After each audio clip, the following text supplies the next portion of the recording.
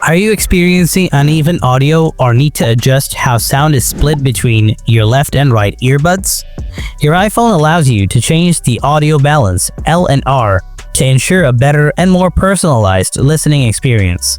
So let's go through the steps to adjust it. Open the Settings app on your iPhone. Scroll down and tap Accessibility.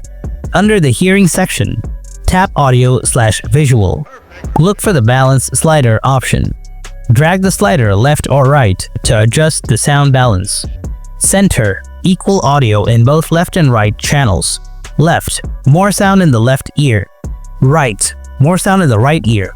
Play music, a video, or make a call to check the new audio balance. Adjust the slider again if needed until it feels comfortable to you. By following these steps, you can easily adjust the L/R audio balance to fit your personal preferences.